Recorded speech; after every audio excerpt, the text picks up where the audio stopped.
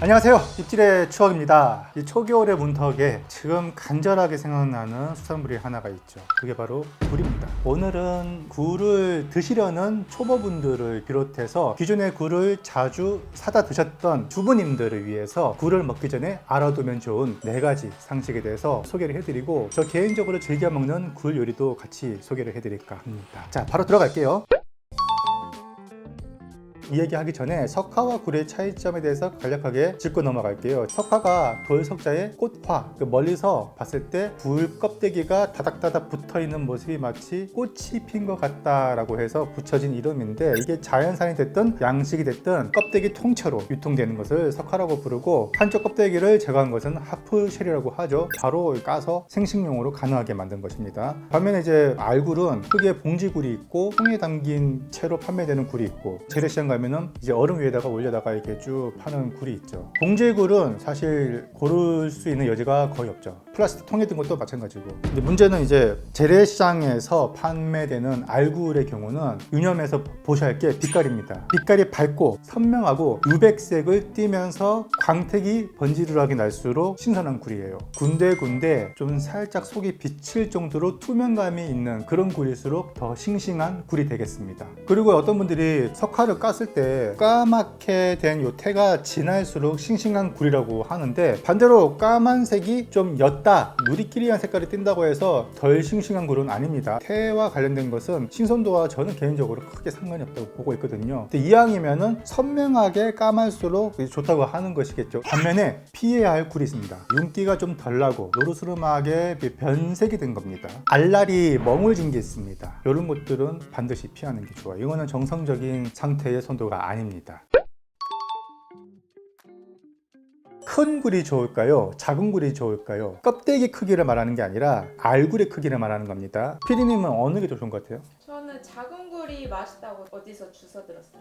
작은 굴이, 사실 그것도 굴 나름인데 대체로 양식굴이 알이 좀 큽니다. 봉지굴 보면은 하나가 한 요만해요. 큼직큼직해요. 그리고 이거보다 더 큰 것은 자연산굴. 주로 이제 강진이나 전라남도 일대에서 자생하는 자연산 석화에서는 굴 크기가 꽤 제법 큽니다. 그래서 그 같은 경우는 무조건 생식용이 최고겠죠. 그런데 그런 특이한 경우를 제외하고는 우리가 일반적으로 만나볼 수 있는 알 크기는 봉지굴에 들어있는 일반 양식굴 크기예요. 그리고 이거보다 더 작은 게 재래시장 가면은 파는 어리굴, 서해안 일대에서 나는 자연산 굴이죠. 이게 알은 작아도 생식을 했을 때 굉장히 향긋해요. 큰 알이 좋을까 작은 알이 좋을까는 정답은 없는데, 제 주관적인 생각으로 비춰봤을 때 뭐가 좋은지를 간략하게 소개를 하자면은, 자연산 석화, 특히 전라남도 강진을 비롯해서 그 일대에서 자생하는 굴은 제가 예전에 한번 한 식당에서 석화를 먹어봤는데 거짓말 하나도 안 못하고요. 굴에서 벚꽃 향이 났어. 그 시기가 3월 초인가 2월 말인가 그랬습니다. 그런데 그런 굴은 사실 진짜 만나보기 힘들고, 대체로 봉지굴을 우리가 소비를 할 텐데 그게 대부분 좀 큰 알에 속한단 말이에요. 그랬을 때 어울리는 요리가 그 굴보쌈 만들 때 그 김치에 넣으면 좋고, 굴튀김, 굴밥,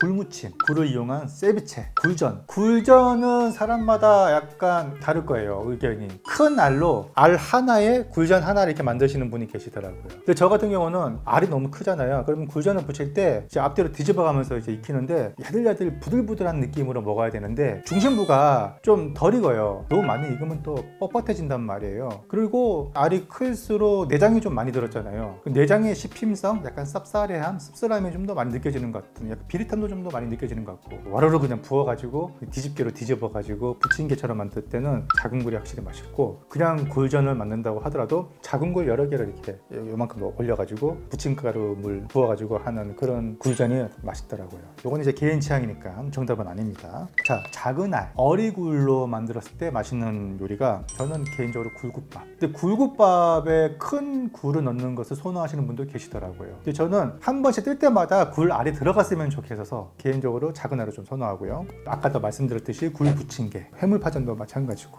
생식을 할 때는 무슨 굴이 좋은가요? 자연산 자생하는 석화 같은 경우는 알이 클수록 좋고, 또 서해 일대에서 나는 그 투망식으로 기르는 알이 있어요. 그건 알이 작단 말이에요. 요게 또 향은 또 되게 진해요. 요거는 사실 정답이 없고 개인 취향에 맞게 맡겨야죠. 근데 하나를 고르자면은 저는 정말로 제일 좋은 것은 전라남도 일대에서 자생하는 자연산 석화. 그게 아니라면 어리굴이 맛있는 것 같아요. 숟가락 퍼가지고 초장 이렇게 뿌려가지고 먹는 거.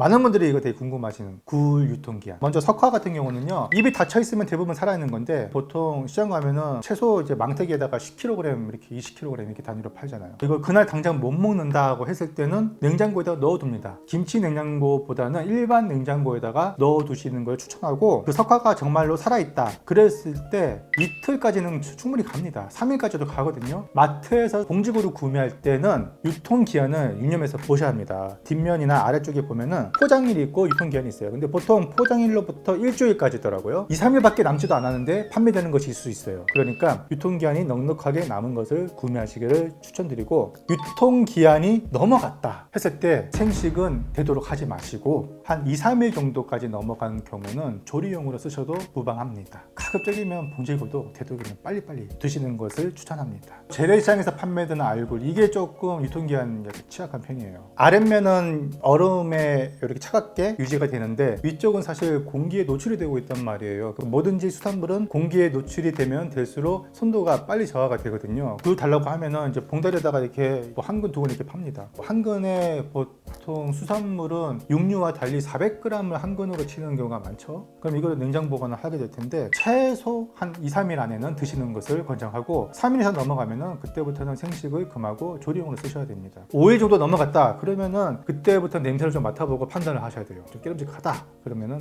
그거는 이제 쓰기 힘든 거죠. 참고로 이제 굴 제철 물어보시는 분이 계신데, 여름에도 굴을 먹을 수는 있어요. 근데 주로 이제 10월 한 말부터 한 이듬해 한 3월 초까지, 그 중에서도 굴의 제철이 정점이라고 할 수 있는 기간이 11월부터 한 2월까지, 이때가 가장 통통하고 향긋한 굴을 드실 수 있는 시기가 아닌가 싶습니다. 최근에 이제 뭐 노로바이러스 때문에 굴의 생식을 좀 주저하시는 분들이 계신 줄 아는데, 100% 익혀 먹으면은 바이러스는 사멸하니까 그것만큼 확실한 예방책은 없는데, 이게 또 생식을 포기하기 힘든 분들이 계시잖아요. 그래서 그런 분들을 위해서 최대한 위험 확률을 낮출 수 있는 방법을 소개해드리는 영상이 있으니까요, 이 상단의 링크를 꼭 확인해서 참고를 해주시면 감사하겠습니다. 자, 그리고 이제 굴에 대한 영양소는 모르는 분들이 없죠. 각종 효능에 뭐 어마어마한 영양소를 품고 있어서 뭐 바다의 우유라는 말도 있고, 그렇죠. 동의보감에서는 굴을 어떻게 묘사를 했냐면, 먹으면 향기롭고 보익하며 기부의 살갗을 가늘게 하고 얼굴색을 아름답게 하니 바닷속에서 가장 귀한 물건이다. 결과적으로는 유아부터 노약자에 이르기까지 두루두루 먹을 수 있는 완전 제품이다 라고 되어 있습니다. 단 위생만 담보된다면 말입니다. 그래서 자, 네 번째 팁, 이따가 제가 손질하면서 보여드릴 텐데, 피디님 굴 어떻게 씻어요? 소금 넣고 살살 문질러서. 생식을 하시는 분들은 그것만으로도 부족하다고 해요. 세균이라는 것이 그렇게 한다고 해서 쉽게 제거되는 것도 아니고, 그래서 굴의 불순물을 최대한 제거할 수 있는 방법을 제가 이따가 소개를 해드릴게요. 먼저 물을 갈아주기 위해 얇게 썰어줍니다. 불순물 제거엔 흡착력이 높은 재료가 좋은데요, 대표적으로 밀가루가 있죠. 그런데 여기에 밀가루를 쓰면 헹궈내기가 어렵기 때문에 간무가 제격입니다. 굴이 상하지 않게 살살살 섞어준 다음 물에 헹궈냅니다. 이때 물을 너무 세게 틀면 이 역시 굴에 손상을 줄 수 있으니 약하게 틀어줍니다. 채반도 불순물이 묻어나기 때문에 채반부터 씻어주고, 굴을 그대로 붓는 게 아니라 이 역시 불순물을 최소화해서 담아내기 위해 손으로 하나하나 떠서 담아냅니다. 같은 과정을 3, 4일 정도 반복해주면 됩니다. 한 스푼, 두 스푼, 세 스푼. 한 스푼, 이 정도. 참고로 이 레시피는 백종원 대표님이랑 이연복 셰프님의 두 레시피를 합쳤습니다. 제가 이제 어느 정도 지금 색깔 나고 있죠 지금.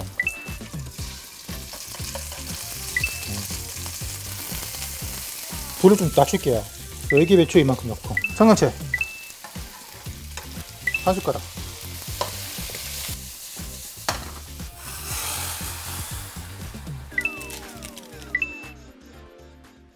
라면이랑 같이 먹기 좋은 굴 오믈렛.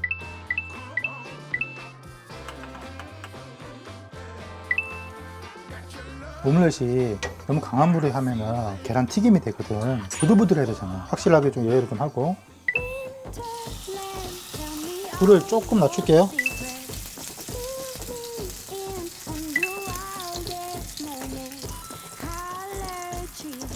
로맨 상추.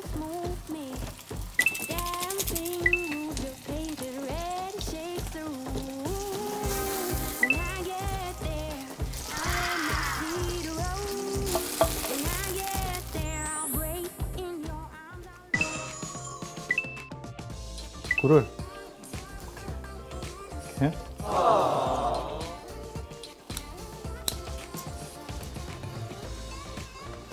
자, 불 끕니다 이제.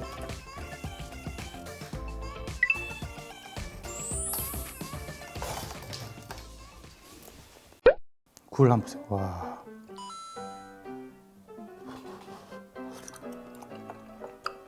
오, 탱글탱글. 자, 그냥 먹어야겠어요.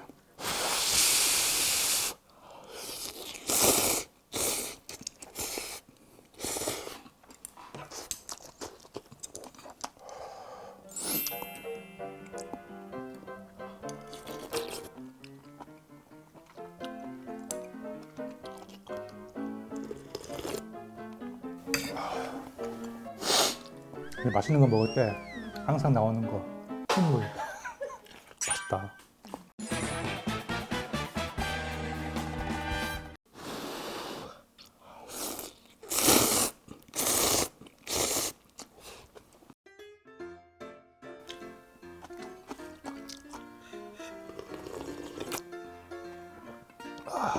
비록 인스턴트 라면으로 끓였지만 전혀 인스턴트 같은 느낌이 안 들어요. 오믈렛을 또 식기 전에 빨리 먹어줘야지 또.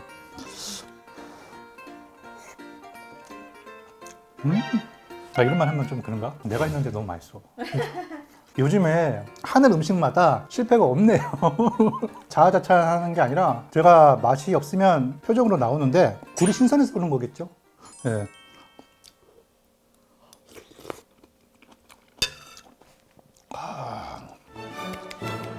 저는 이제 청경채를 넣었는데 제 생각에 숙주를 넣어도 더 어울릴 것 같아요. 간단하게 이렇게 볶아가지고 물 붓고 끓이면은 평범했던 라면도 이게 보양식처럼 하루 종일 고생한 나를 위해서 뭔가 대접하는 느낌, 그런 느낌이 나지 않을까 싶어요. 이거 하나 먹어요. 괜찮지? 이 조합 축하! 참고로 오늘 PPL은 굴 수협에서 주관하고 진행하는 한려수도 굴 축제 PPL을 포함하고 있습니다. 코로나19로 인해서 작년에 이어서 올해도 비대면 온라인 축제를 진행하고 있고요. 축제 기간은 11월 1일부터 11월 28일까지 지금 사이트 주소가 나오고 있잖아요. 설명란에도 제가 링크를 걸어놨으니까 축제 내용을 한번 살펴보시고 굴과 관련된 맛집 탐방 그리고 굴 먹방도 참여할 수 있으니까 여기서 또 굴을 구매할 수가 있습니다. 뭐 봉지굴이나 뭐 통에 담긴 굴은 물론이고 특이하게도 참나무 훈제 굴을 판매하고 있더라고요. 캔으로 냈네? 아, 그러면 이거는 유통기한이 2026년 3월 28일 전체 식량으로 했어도 되겠는데?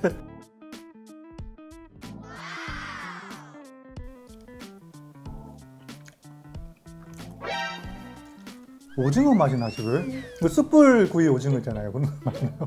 간도 짭짤하니 젓가락이 자주 가는 그런 맛. 이게 색다른 맛입니다. 굴에 대한 이야기는 여기서 마치도록 하겠습니다. 다음에 또 재미있고 유용한 소식으로 찾아뵙겠습니다. 올 겨울도 싱싱하고 맛있는 굴로 건강한 겨울 하시기 바랍니다. 감사합니다.